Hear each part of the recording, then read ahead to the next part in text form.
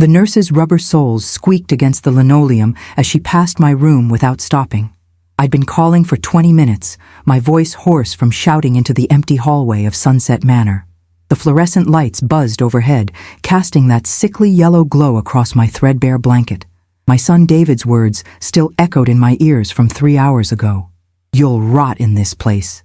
He'd slammed the door so hard the water pitcher rattled on my nightstand. Through the window, I'd watched him climb into his Mercedes with Karen, his wife, both of them laughing as they pulled away. They thought I was dying, that I'd be gone soon. The doctors had given me weeks, maybe days. What David didn't know was that I'd overheard everything last week when they thought I was sleeping. Every word about my inheritance, about the house on Maple Street worth $780,000, about my investment accounts. If you're watching from anywhere in America, subscribe and drop your state below, because this story proves betrayal comes with a price. David had always been my golden boy, the child who could do no wrong in my eyes. After his father died 12 years ago, I'd poured everything into making sure he succeeded. I paid for his MBA at Northwestern, covered his first house down payment of $45,000, even hired Karen's useless brother at my hardware store when David begged me to help his new in-laws. The store had been in our family for 43 years, started by my grandfather in 1981 on the corner of 5th and Main. Every morning for decades, I'd unlock those doors at 6:30 sharp, the brass bell tinkling as customers filed in for supplies. David worked there summers during high school, and I'd imagined him taking over one day, continuing the legacy. But after he married Karen 5 years ago, everything changed. She had expensive tastes, always pushing for bigger houses, fancier cars, European vacations. The pressure transformed my son into someone I barely recognized anymore. The diagnosis came on a Tuesday morning in late September, delivered by Dr. Patterson in his sterile office with the fake plant in the corner. Stage 4, pancreatic cancer. He'd used words like aggressive and limited options, while I sat there watching his mouth move, barely processing the death sentence. I was 72 years old and suddenly facing mortality head-on. David had driven me to that appointment, and I remember how quiet he became afterward, his hands gripping the steering wheel too tightly during the ride home. At first, I mistook his silence for grief. Looking back now, I wonder if he was already calculating, already planning. Karen had asked pointed questions that evening about my will, my accounts, the store's valuation. She'd framed it as concern, wanting to make sure everything was in order for my sake. I'd been too shell-shocked to see through the performance she was giving me that night. Moving into Sunset Manor had been David's idea, presented as the only reasonable option given my deteriorating condition. He'd shown me glossy brochures highlighting their hospice care wing, talking about round-the-clock nursing and pain management I couldn't get at home. The place cost $8,200 per month, draining my checking account rapidly, but he'd insisted it was necessary. What he failed to mention was that once I was tucked away here, forgotten and isolated, he could start living as if I were already dead. The will I'd signed 4 years ago was straightforward, leaving my entire estate to David with the expectation he'd use it wisely. My house, my savings, my life insurance policy worth $250,000, the hardware store generating $180,000 annually in profit, all of it would become his the moment my heart stopped beating. He just needed me out of the way, rotting in this facility. Last Thursday night, I'd been drifting in that space between sleep and waking when I heard voices outside my door. David and Karen, speaking in urgent whispers they thought were private. My door hadn't latched properly, leaving a 2-inch gap that carried their words directly to my ears. "The doctor said weeks," Karen hissed. "We need to finalize everything now. Once she's gone, we can sell the house immediately. I already talked to that realtor, and she thinks we can get $800,000 if we stage it right. The store we can liquidate or sell to that chain that's been sniffing around." David's response chilled me to my core. Mom doesn't need to know any of this. She's basically gone already anyway. We just wait it out. They discussed my death like a business transaction, itemizing my assets with cold efficiency that made my blood run cold in my veins. I lay perfectly still, barely breathing, as they continued their planning session in the hallway outside my room. Karen mentioned taking a trip to Cancun once everything cleared, celebrating what she called their financial freedom. David laughed at something, the sound bitter and foreign compared to the boy I'd raised with values and integrity. They talked about the funeral too, keeping it cheap and simple, maybe just cremation to save money. No point in an expensive casket, Karen said. She won't know the difference, and we can put that money toward the kitchen renovation instead. My son agreed without hesitation. After they left, I stared at the ceiling tiles for hours, counting them repeatedly, trying to process this betrayal. The cancer was killing my body, but this revelation destroyed something deeper. By morning, though, my shock had crystallized into something else entirely. Clarity, purpose, a plan that would teach my son everything he'd forgotten about family, love, and consequences. My friend Margaret had been a family attorney for 37 years before retiring, and she still kept her bar license active for special cases like this one. We'd known each other since our daughters played together in elementary school, maintaining our friendship even after her Jessica moved to Portland and my David stayed local. On Friday morning, I called her from the bulky phone mounted to my nightstand, my fingers trembling as I dialed her number. "Margaret, I need help," I said when she answered, my voice steadier than I expected. "I need to change my will, and I need it done properly, legally, airtight. Can you come to Sunset Manor today?" She heard something in my tone, that mixture of hurt and determination, and agreed immediately without pressing for details over the phone. By 2 o'clock that afternoon, she sat beside my bed with her leather briefcase open, legal pad ready, asking me exactly what I wanted to accomplish. I told her everything. The overheard conversation, David's cold calculations, Karen's vacation plans funded by my death that they thought was coming any day now. Margaret's expression hardened with each detail, her pen moving rapidly across the yellow paper as she took notes about my son's betrayal. "First thing," she said, adjusting her reading glasses on her nose, "we execute a new will immediately. I'll serve as witness, along with 2 staff members who don't know your son. Second, we need to make this ironclad against any contest. That means a video recording of you explaining your decisions, clearly demonstrating you're of sound mind despite your illness." She glanced at her watch. "I can have the documents drafted by Monday, executed by Tuesday. The video we can do right now on my phone if you're up for it." My energy was limited, the cancer eating through my reserves daily, but I nodded firmly. This was too important to delay even one more day. The new will took shape over the weekend through phone calls and email exchanges with Margaret's former associate, Timothy Chen. Margaret worked with him to craft something David couldn't break, no matter how expensive his lawyers were. The bulk of my estate would go to charity, $400,000 to the local children's hospital, $200,000 to the animal shelter where I'd volunteered for years, another $100,000 split between 3 scholarship funds at the community college. The hardware store would be sold, with proceeds funding a small business grant program for local entrepreneurs trying to build something meaningful. David would receive exactly $1 and the contents of a safety deposit box at First National Bank, box number 447. Inside that box, I'd placed something special, something that would deliver my final message perfectly to my greedy son. Margaret raised her eyebrows when I explained that detail, but she included the language exactly as I specified without judgment. The video recording happened on Saturday afternoon, in better lighting near the window, with Margaret coaching me through what to say and how to appear competent. I sat up straight, despite the pain shooting through my abdomen, wearing the blue cardigan David had given me 3 Christmases ago, the irony not lost on either of us. "My name is Dorothy Ann Richardson," I began, looking directly into the camera lens with clear eyes.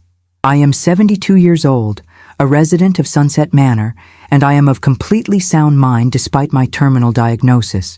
I am recording this on October 14th to explain changes to my estate plan and to ensure my wishes are perfectly clear to everyone who will hear them." I went on for 12 minutes, explaining my reasons calmly and specifically without vindictiveness, simply stating facts about what I'd overheard and how David's behavior had continued since that night. I described the overheard conversation with dates and quotes, my disappointment, and my decision to redirect my assets toward causes that actually mattered and would help real people. Margaret filed the new will with the county clerk on Tuesday morning, October 17th, making it official public record that anyone could access and verify. She kept the original in her fireproof safe at her home office and gave me a certified copy that I tucked into my nightstand drawer beneath my crossword puzzle books where David would never think to look. "David will contest this," she warned me while packing her briefcase with methodical efficiency. "He'll claim undue influence, diminished capacity, anything his lawyers can think of to break it. But Dorothy, I've been doing this for almost 4 decades. This will is bulletproof. We have medical records showing you're lucid, we have the video testimony, we have independent witnesses, and we have documentation of his behavior. He won't win." I thanked her with tears in my eyes, grateful beyond words for her friendship and expertise. The relief of taking action felt better than any pain medication Dr. Patterson had prescribed. David visited 3 times over the next week, each visit shorter than the last and more perfunctory in nature. He'd sit in the vinyl chair beside my bed, scrolling through his phone while making minimal conversation about nothing that mattered to either of us. He asked about my pain levels and whether I needed anything, but his eyes were distant, already moving past me toward his inheritance and the life he'd planned. Karen came once, wrinkling her nose at the antiseptic smell permeating every hallway, complaining about traffic on her way in from their McMansion in the suburbs. She talked about their remodeling plans, apparently forgetting I was still alive to hear how they'd gut my kitchen and replace my mother's vintage cabinets with open concept nonsense. "Open concept is so much better," she said, showing me Pinterest boards on her phone without noticing my expression of disgust. Neither of them mentioned the will or asked about my wishes for the end. They'd simply assumed everything was settled according to their plans and expectations. On October 23rd, Dr. Patterson revised his timeline during morning rounds, bringing news I hadn't expected to hear. My scans showed unexpected stabilization, and my pain levels had decreased slightly with the new medication protocol he'd implemented last week. "I'm not saying remission," he clarified quickly, reviewing my chart at the foot of my bed while nurses bustled in the background. "But you're responding better than anticipated. We might be looking at months instead of weeks, Dorothy. Your body's putting up more fight than the cancer expected, which is remarkable at this stage." The news thrilled me in ways the doctor couldn't understand. More time meant more certainty that I'd survive to see my plan unfold in front of David's face. I needed to be conscious and present when David learned the truth about his inheritance. I needed to see his face, hear his excuses, watch him realize that his mother had outmaneuvered him completely from a hospice bed while he thought she was helpless. The symbolic object that would tie everything together had been sitting in my jewelry box for 30 years, a small brass key on a leather cord. My husband Robert had given it to me on our 20th anniversary, explaining it opened a private journal where he'd written letters to our future grandchildren about our family's history and values. He'd wanted to leave them stories about our life, advice about character, history they could treasure when they were old enough. The journal itself stayed in safety deposit box 447 at First National Bank, along with $50,000 in bearer bonds we'd purchased as an emergency fund decades ago when Robert was still healthy. After Robert died 12 years ago from his own battle with cancer, I'd kept adding to that journal, writing my own letters, my own stories about our family and what mattered most. David knew nothing about the box or its contents because I'd never had reason to tell him before now. My sister Patricia called from Arizona on Sunday evening, her voice crackling slightly over the long-distance connection. She was my younger sibling by 4 years, living in Scottsdale with her husband Martin after they both retired from teaching high school English.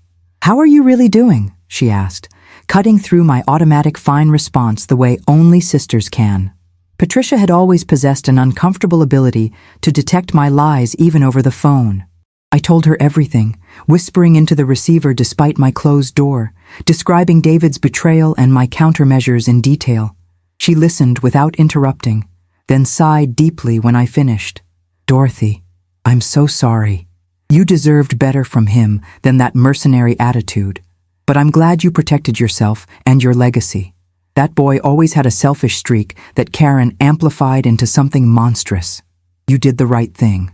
We talked for 40 minutes, reminiscing about our childhood, our parents, easier times when family meant something more than asset allocation.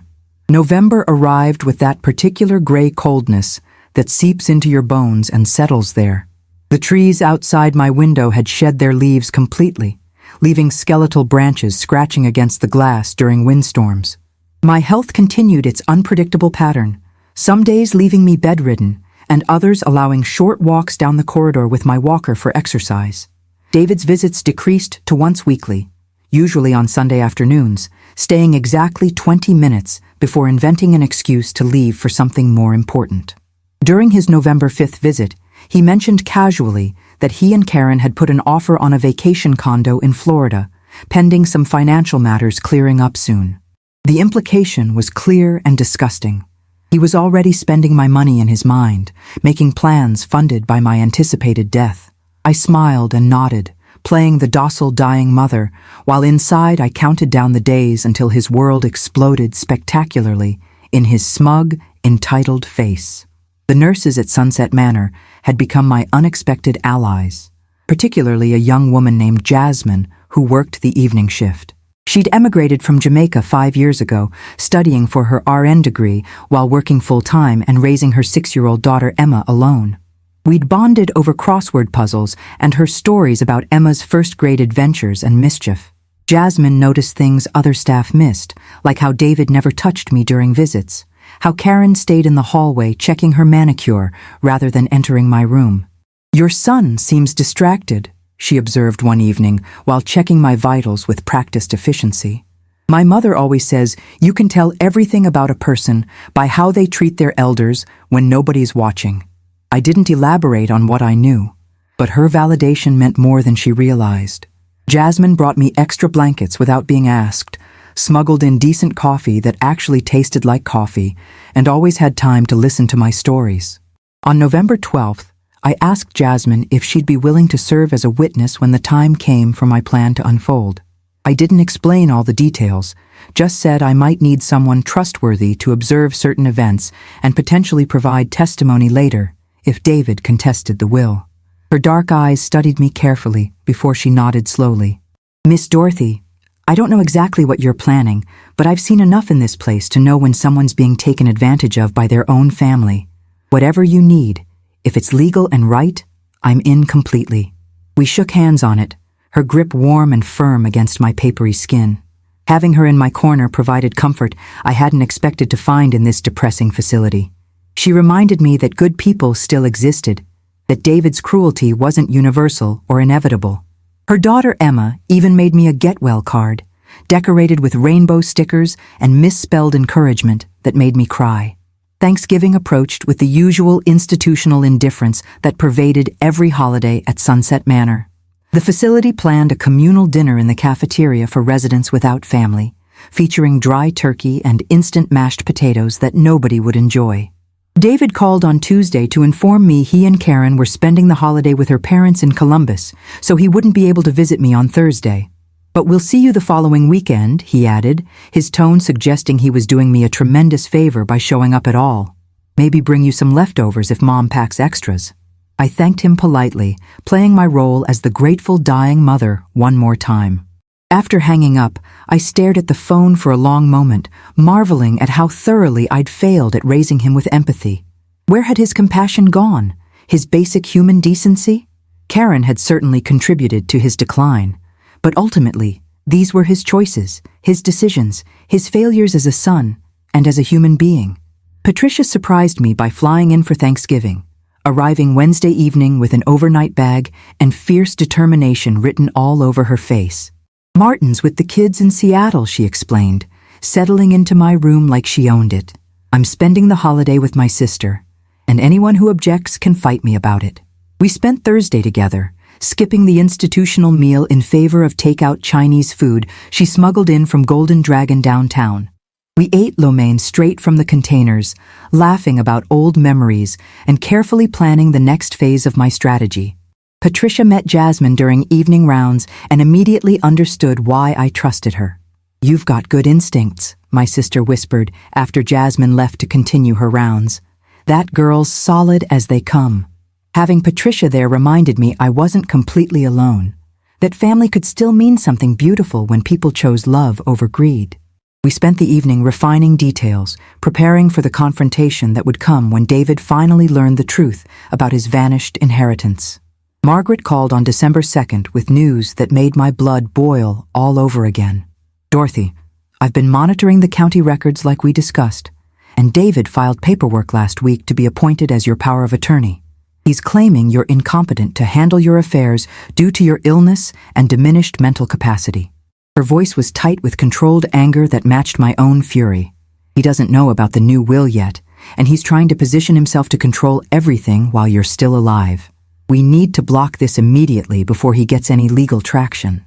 She'd already drafted a response, including fresh medical evaluations, proving my cognitive function remained completely intact. Dr. Patterson agreed to provide a sworn statement confirming I was fully competent to make legal decisions. "He's getting impatient," Margaret continued. "That's good for us. Impatient people make mistakes. Let him file all the paperwork he wants. Every action he takes now will look worse when the truth comes out in that conference room." The holidays dragged through December with painful slowness that made each day feel like a week. My health stabilized into a new normal of managed pain and limited mobility, but I remained conscious and aware of everything happening around me. David visited on December 18th, staying barely 15 minutes, his leg bouncing impatiently throughout the entire visit. He mentioned he'd contacted an estate liquidation company, just doing research, he claimed, planning ahead for the inevitable. The audacity stunned me into silence. He was literally organizing my estate sale while I sat there breathing, watching him with eyes he assumed were too dim to understand what he was doing. Karen waited in the car, apparently unable to even pretend anymore that she cared about her dying mother-in-law. After he left, I wrote another entry in a private notebook Margaret had brought me, documenting every visit, every comment, building a record of his behavior. This notebook would eventually accompany the will as supporting evidence, showing the pattern clearly to anyone who might question my decisions. Christmas arrived without fanfare or celebration at Sunset Manor. The nursing staff decorated half-heartedly with dollar store garland and a small artificial tree in the common area that listed to one side. David dropped off a generic gift basket on December 23rd, the kind you grab at the grocery store checkout without thought, filled with crackers and cheese spread. The card was unsigned, probably purchased and packed by Karen without David's involvement. Patricia called from Arizona, her voice warm across the miles, promising to visit again in January for what we'd started calling the reckoning. Jasmine brought Emma by in her elf costume, the little girl singing Christmas carols with adorable enthusiasm that lifted my spirits. That visit, that pure childish joy, meant more than anything my son had done in months combined. Emma hugged me carefully, aware I was fragile, and whispered that she'd prayed for me at church every single night. 6 years old and already showing more genuine compassion than my 45-year-old son could muster even on Christmas. New Year's came and went, marking my entry into what I'd initially assumed I wouldn't see. Dr. Patterson remained cautiously optimistic during his January 4th rounds, bringing more unexpected good news. "Whatever you're doing, Dorothy, keep doing it. You're defying every expectation and statistical model we have for your condition." I wasn't sure if pure spite counted as valid medical treatment, but something was keeping me alive when I should have been dead by now. Perhaps my body understood there was unfinished business, justice that needed witnessing before I could let go. Margaret visited on January 10th with an update that made me smile. David's power of attorney petition was denied, she reported with obvious satisfaction. The judge reviewed all our documentation and found no basis whatsoever for his claims about your incompetence. He's not happy about it. His lawyer filed an appeal, but that'll go absolutely nowhere. She paused, studying my face carefully. He still doesn't know about the new will. That bomb is waiting for the perfect moment to detonate. On January 15th, David finally exploded in a way I'd been expecting for weeks. He arrived at 4:30 in the afternoon, his face flushed with anger, Karen trailing behind, looking vindictive and ready for confrontation. "You denied my POA request?" he demanded without preamble, not bothering to close the door or lower his voice. "Mom, I'm trying to help you, to manage your affairs since you clearly can't do it yourself anymore in this condition. Why are you fighting me on this?" I met his eyes steadily, seeing him clearly for perhaps the first time in years. I'm perfectly capable of managing my own affairs, David. I don't need or want you controlling my finances while I'm still alive. His jaw clenched, and Karen stepped forward aggressively. Dorothy, you're dying. Be reasonable about this. David only wants to make things easier for everyone involved. The subtext was clear as crystal. Easier to take everything once I was gone. I smiled thinly at them both, enjoying their frustration immensely. I've made my own arrangements, I said quietly, each word deliberate and calculated. Everything is handled exactly as I want it, and I'm completely at peace with my decisions. David's expression shifted through confusion to suspicion, to something approaching fear. What arrangements? Mom, what have you done? Tell me right now what you're talking about. Karen's eyes narrowed dangerously. If you've changed anything in your will, we'll contest it immediately. We'll prove you're not competent, that someone influenced you improperly. I let the silence stretch between us, watching them both squirm with uncertainty and growing panic. You're welcome to try whatever you want, I finally replied calmly. But I assure you, everything is perfectly legal and completely unbreakable. You'll get exactly what you deserve, David. Every single thing you've earned through your behavior toward me. The threat hung there in the air, and I saw real fear flicker across his features for the first time. They left without another word, Karen's heels clicking rapidly down the hallway like angry little hammers. Jasmine had witnessed the entire exchange from the hallway, where she'd been strategically organizing medication carts within earshot. Afterward, she came in quietly, helping me settle back against my pillows with gentle efficiency. That was intense, Miss Dorothy. You want me to document this officially for your records? I nodded gratefully. She pulled out her phone, typing detailed notes about David's hostile tone, Karen's threats, their accusations of incompetence and undue influence. This might be useful later if they try anything legal, she said, saving the file carefully to 3 different locations. I learned in my legal nursing class that documentation is everything in situations like this where family turns ugly. I thanked her sincerely, recognizing again how fortunate I'd been to find her. She squeezed my hand gently. Whatever you've got planned, I hope they deserve every bit of it. Emma asks about you every night in her prayers, and that child has excellent instincts about people and their characters. She knows you're good and they're not. February brought an unexpected warmth spell, temperatures climbing into the 50s and melting the crusty snow piles around Sunset Manor's parking lot. My appetite improved slightly, and I managed short walks to the sunroom, where puzzle tables sat perpetually half-finished by residents who'd lost interest or died. Other residents gathered there, sharing complaints about medication schedules and children who never visited despite promises. I listened to their stories, recognizing common threads of abandonment and disappointment running through every tale. An elderly man named Frank told me about his daughter who'd promised to visit monthly but hadn't appeared in 8 months despite living only 20 minutes away. She's busy with her life, he said, defending her even while his eyes betrayed the hurt. These stories reinforced my decision with iron certainty. I'd taken action while I still could, refusing to become another sad tale whispered over jigsaw puzzles by forgotten elders waiting to die in places like this without dignity or justice. Margaret's associate Timothy visited on February 20th with paperwork I needed to sign regarding the hardware store's eventual sale to buyers we'd carefully selected. We'd identified a young couple named Rodriguez who'd worked for me for 3 years and understood the business philosophy perfectly. Miguel and Ana were saving for a down payment, and the sale structure would allow them to purchase the store at a fair price, with financing built into the agreement that made it possible. This ensures your legacy continues properly, Timothy explained, his neat handwriting filling in details on multiple forms with precision. The store stays in good hands, serves the community the way your family always intended, and the proceeds still fund your charitable giving exactly as specified. Your son gets nothing from this asset, which he would have likely liquidated immediately for quick cash to fund his lifestyle. I signed carefully, my arthritic fingers cramping slightly around the pen. Each signature felt like another nail in the coffin of David's greedy expectations. On February 25th, David made what would be his last peaceful visit before everything exploded, though he didn't know it yet. He appeared at 7 in the evening, outside normal visiting hours, alone without Karen for the first time in months. His eyes were red-rimmed, and he smelled faintly of whiskey. "Mom," he began, his voice cracking slightly with emotion that might have been genuine. "I'm sorry. I've been stressed about everything, about potentially losing you, about finances, and Karen's constant pressure about money. I haven't been myself lately. The performance was almost convincing enough to work." He took my hand, and I felt nothing but pity for the man he'd become. "I love you. You know that, right?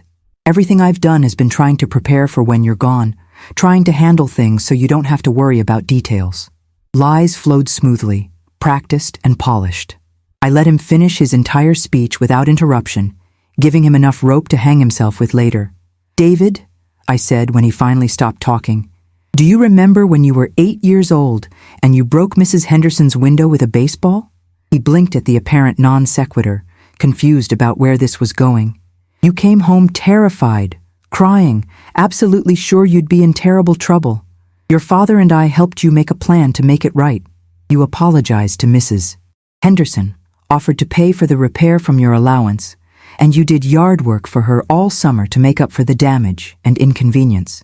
Do you remember what your father told you that day?" David shook his head slowly, unable to recall the lesson. "He said that mistakes happen to everyone, but what defines us is how we fix them and whether we learn from the experience. He said integrity means doing right even when it costs you something personally." I squeezed his hand gently. "You've made mistakes, David. Big ones. The question is whether you'll learn from them when consequences finally arrive at your doorstep soon." He left looking confused and uncertain, probably wondering if I was becoming senile or if there was deeper meaning in my cryptic words. The ambiguity was intentional on my part. I wanted him off balance, uncertain, thinking he might still control the outcome if he played his cards right. The truth would hit so much harder that way.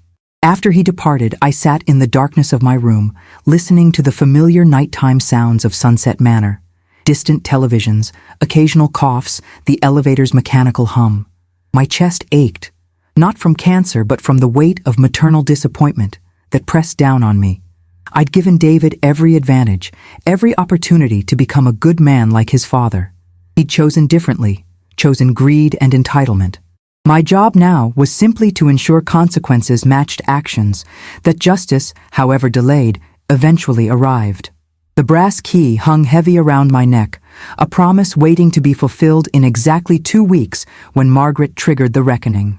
March arrived with unexpected vigor, spring bulbs pushing through the half-frozen ground visible from my window in defiance of winter. Dr. Patterson's March 8th evaluation showed continued stabilization that bordered on miraculous given my initial prognosis. "Your cancer isn't progressing at all," he said, clearly puzzled by the scans. "It's not remission, Dorothy, but it's not advancing either. Your body has essentially hit pause on the disease." I've seen this occasionally with patients who just refuse to quit for some reason. Something's keeping you going beyond medical explanation. I knew exactly what. Unfinished business and pure stubborn will to see justice served. I needed to witness the moment when David discovered his inheritance had vanished. Only then could I consider letting go. Margaret visited that same afternoon, confirming everything was in place for March 15th, exactly 1 week away. "Patricia's flying in tomorrow," she said. "Jasmine has arranged to have that day off so she can attend as witness. Timothy will be there with all documentation." David received his letter this morning, requesting his presence. "Are you absolutely certain you're strong enough for this confrontation?" "I've never been more certain of anything in my entire life," I told her, and I meant every word. The next week crawled by with agonizing slowness that tested my patience. Patricia arrived on March 10th, moving into a nearby hotel and visiting daily to help me prepare mentally for the confrontation. We rehearsed what I'd say, how I'd handle David's inevitable anger and accusations of betrayal. Jasmine brought me a new blouse for the occasion, something dignified and strong-looking, not the worn hospital gowns I'd been living in for months.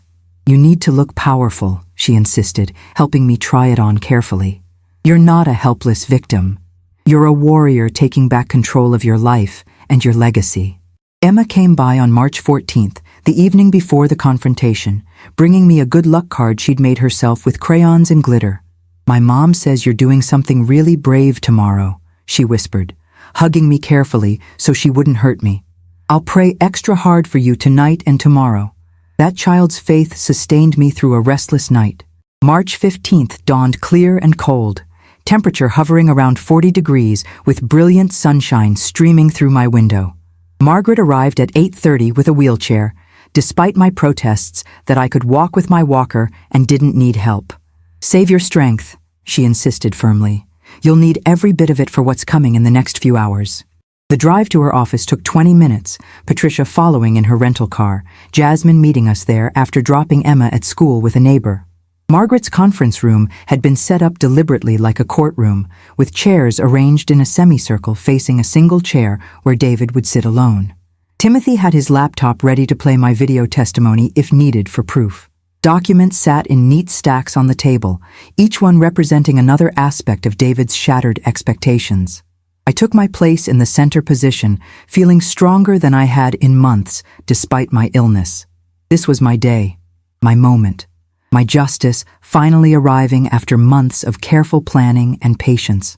David arrived at exactly 10 o'clock, punctual as always when he thought money or inheritance was involved. He walked into the conference room expecting routine paperwork about funeral arrangements or perhaps signing some documents for asset transfers.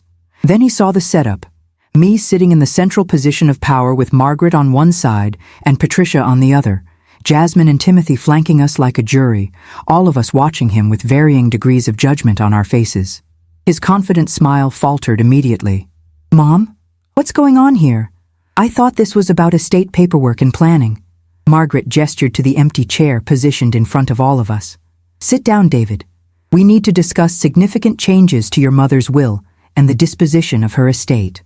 His face went pale as understanding began to dawn. Karen wasn't with him, having been specifically excluded from the invitation by Margaret's explicit instructions.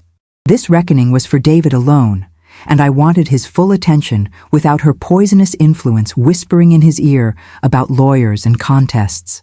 Margaret opened her leather portfolio with deliberate slowness, letting the tension build in the silent room. "David, your mother has executed a new will, completely revoking the previous version you're familiar with and expecting. This meeting is to inform you of those changes and explain the reasoning behind them in detail." David's head snapped toward me, his expression confused and beginning to edge toward angry panic. "Mom, what is she talking about? You didn't change your will. Why would you do that without telling me?" I met his eyes steadily, my voice calm and clear as spring water. "Because I heard you, David. I heard everything you and Karen said outside my room on October 12th. Every single word about selling my house immediately, liquidating my assets, taking vacations on my money. I heard you discuss my death like a business opportunity while I was still alive and supposedly sleeping just feet away." The color drained from his face completely, understanding and horror dawning simultaneously in his eyes. He opened his mouth to speak, but no words came out at first. Patricia leaned forward, her voice cold as winter ice. "She heard you say she was basically gone already, that you just needed to wait it out until nature took its course. She heard Karen planning kitchen renovations funded by skipping an expensive funeral for your mother. She heard everything, David, and she decided to do something about it while she still had the power and mental capacity." David's hands gripped the chair arms, knuckles white with tension. "No, that's not. We were just stressed, planning hypothetically for the future." "Mom, you have to understand. We didn't mean any of that literally. It was just talk." Margaret cut him off sharply. "Mr. Richardson, your mother recorded a detailed video testimony explaining exactly what she heard, dated and witnessed by medical professionals, while demonstrably competent. We have medical documentation of her mental state. We have written records she kept of your subsequent behavior. There is no ambiguity here whatsoever. You said what you said, and your mother heard it clearly. Now you'll hear what it cost you and what you've lost through your own greed." Margaret began reading the new will in formal legal language, her voice steady and merciless.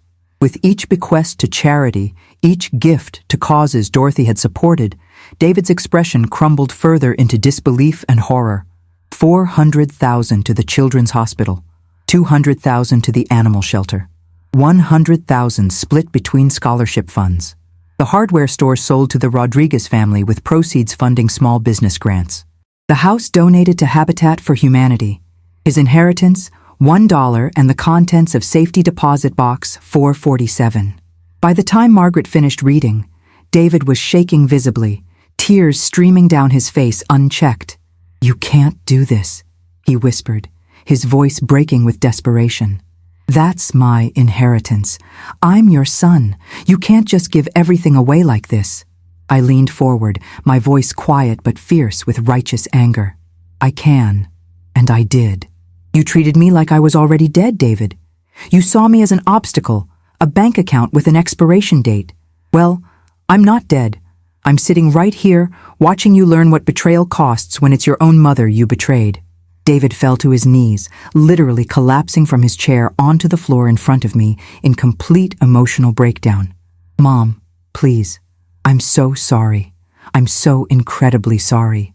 I didn't mean any of it. Karen, she pushed me. She made me think about money when I should have been thinking about you and spending time together. Please forgive me. Please change the will back. I'll be better, I promise you. I'll visit every day. I'll take care of you properly like a son should. Just please don't do this to me." His sobs were genuine now, raw and desperate, but I felt no urge to comfort him or relent. This was the consequence he'd earned through months of callous behavior, the lesson he desperately needed to learn. "You had months to be better, David," I said quietly but firmly. "Months while I was sick and alone in that facility. You chose 15-minute visits and estate liquidation plans instead of presence and compassion. You chose Karen's greed over your mother's dignity. This isn't punishment. This is accountability. You'll inherit exactly what you gave me, almost nothing of material value." Patricia spoke next, her voice thick with disgust at her nephew's behavior. "Your mother wore herself out building that hardware store, raising you, supporting you through every failure and success in your entire life. She paid for your education, your house, your comfortable lifestyle. And when she got sick, when she needed you most, you saw dollar signs instead of the woman who sacrificed everything for you repeatedly. You don't deserve her forgiveness, David. You don't deserve a single penny of what she built. Those charities will do infinitely more good with her money than you ever would have with your vacation condos and kitchen renovations." David looked up at his aunt, desperation and shame warring across his tear-stained face. "Aunt Patricia, please. Talk to her. Make her understand this is too extreme. I made mistakes, but I'm still her son. Doesn't that count for anything anymore?" Patricia's expression remained granite hard. "Being her son isn't enough anymore, David. You had to act like her son. You failed that test spectacularly, and now you get to live with the consequences." Jasmine, who'd been silent until now, cleared her throat to speak. "Mr. Richardson, I've been caring for your mother for months now. I've seen how she lights up when little Emma visits, how she talks to other residents with kindness, how she does crossword puzzles alone because you can't spare more than 20 minutes a week for your dying mother. I've also seen how you look at your watch during visits, how you never touch her, how your wife won't even enter the room. Miss Dorothy is one of the kindest people I've ever met in my life.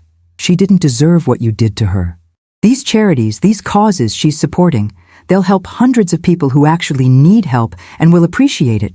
You already have everything you need. You just wanted more, and your greed cost you everything." Her words, coming from someone David barely knew existed, seemed to hit harder than family criticism. He had no defense, no excuses that could justify his behavior to this stranger who'd shown his mother more compassion in months than he had. Timothy Chen opened his laptop, turning the screen toward David with clinical efficiency. "Your mother anticipated you might contest the will, so we've prepared comprehensive documentation. Would you like to see the video testimony she recorded, demonstrating her complete mental competency and explaining her reasoning?" David shook his head frantically, still on his knees like a penitent. "No, I believe you. I believe all of this. Mom, please just tell me what I can do to fix this. There has to be something. I'll donate to those charities myself. I'll volunteer at the hospital. I'll work at a homeless shelter. Whatever you want. Just please don't cut me out completely like this. I'm your son. I'm your only child." His desperation was palpable, genuine in a way I'd never seen from adult David. The confident, entitled man who'd walked in 30 minutes ago had shattered completely, leaving behind something raw and broken. Part of me took satisfaction in that breaking. Another part mourned the necessity of it, and wished he'd never forced my hand. "There is something you can do," I said quietly, and David's head snapped up, hope flooding his features desperately. "The safety deposit box you're inheriting contains a journal your father started, and I continued after his death. It's filled with letters to the grandchildren we never had because you chose not to have children. Stories about our family, our values, what we believed mattered in life. There are also $50,000 in bearer bonds, money your father and I saved as an emergency fund decades ago." David's eyes widened at the mention of money, that old greed flickering back for just a moment before shame crushed it again under the weight of everything else. "I want you to read every word of that journal, David. Every single entry your father wrote and every entry I wrote. I want you to understand who your father and I were, what we tried to teach you, what you forgot somewhere along the way when Karen came into your life with her expensive tastes and social climbing ambitions." Margaret pulled out the brass key on its leather cord, holding it up where David could see it clearly in the light. "This key opens box 447 at First National Bank. Your mother wore it around her neck until today, keeping it close to her heart.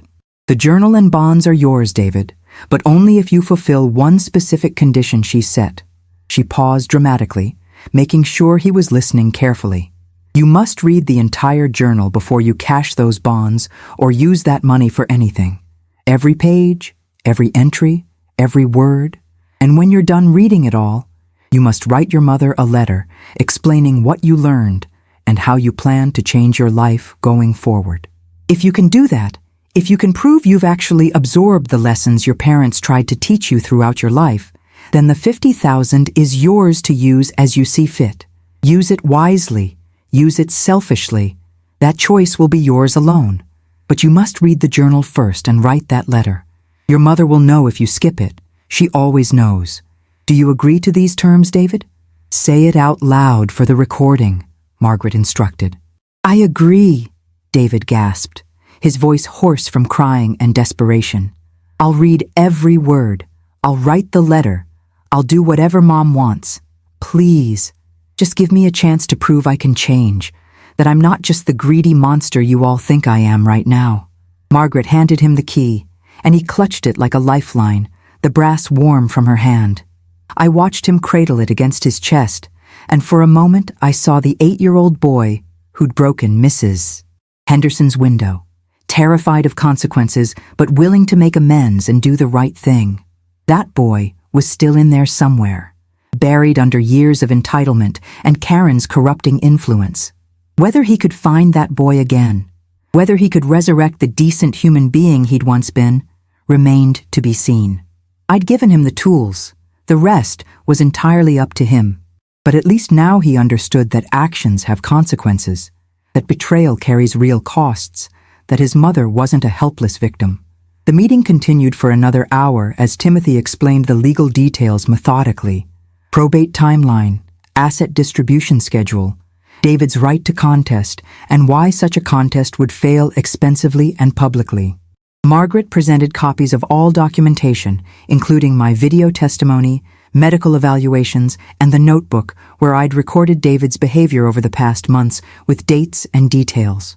With each piece of evidence, David seemed to shrink further physically, the weight of his actions crushing him visibly. When we finally concluded, he remained on his knees in front of me, the brass key clutched in one hand, his face ravaged by tears and the destruction of every assumption he'd built his recent life around.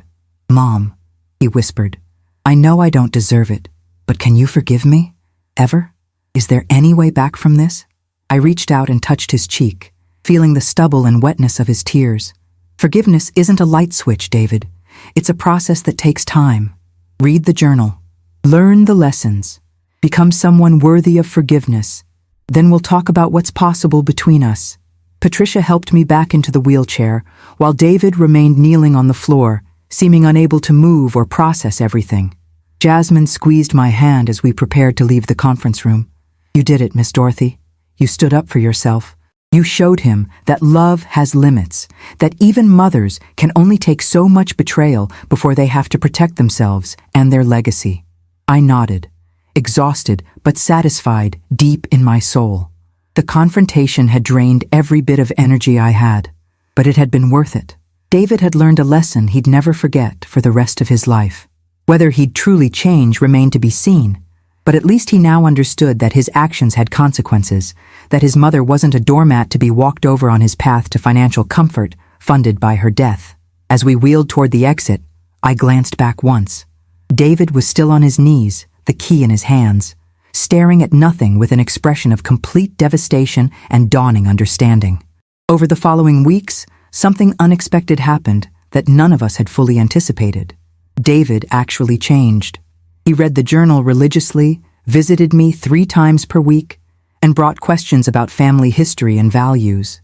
He discovered entries about his childhood kindness, his father's hopes for him, my disappointments tempered with eternal faith.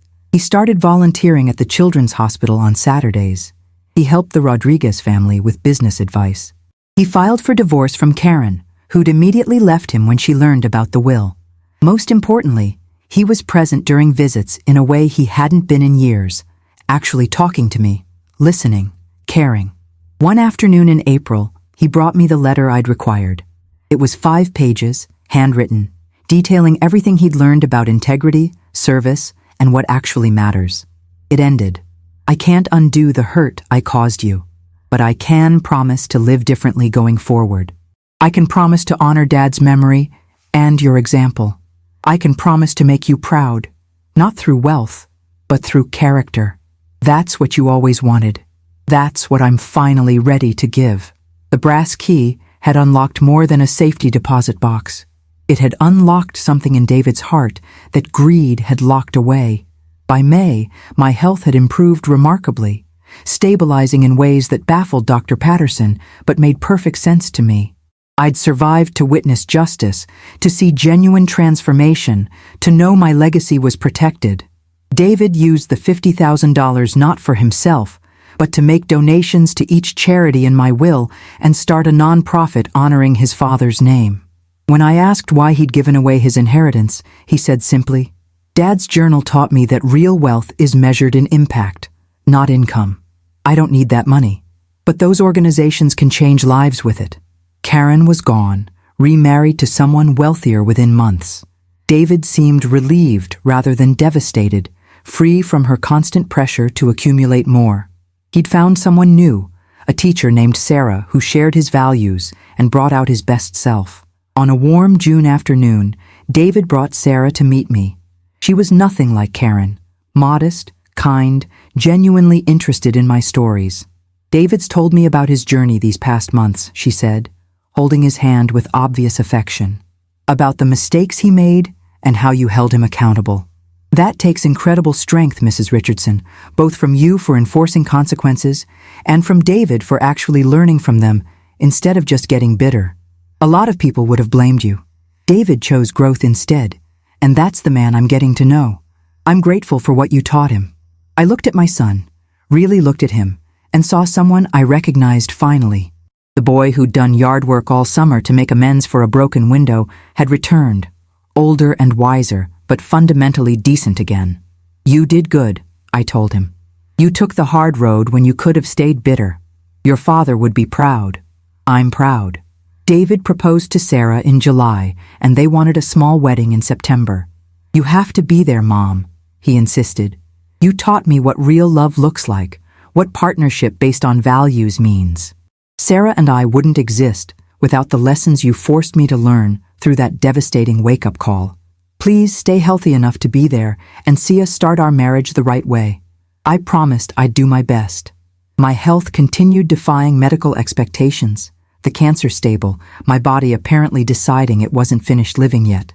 Dr. Patterson called it miraculous. I called it purpose. I had a wedding to attend, a son to watch continue growing, a legacy to protect. Maybe that was medicine enough. On September 20th, I sat in the front row as David married Sarah in a simple ceremony focused on commitment rather than spectacle. When David promised to honor the lessons learned from those who loved him enough to hold him accountable, he looked directly at me with tears and gratitude. This was my real inheritance to him. Not money, but transformation. Not wealth, but wisdom. Not comfort, but character. And watching him exchange vows with someone worthy of him, I knew the brass key had unlocked exactly what needed unlocking. Justice had been served. Love had been restored. And I was still here, still breathing, still fighting, still teaching my son what it meant to be a Richardson. The cancer could wait. Life was happening, and I intended to witness every moment of redemption I'd fought so hard to create.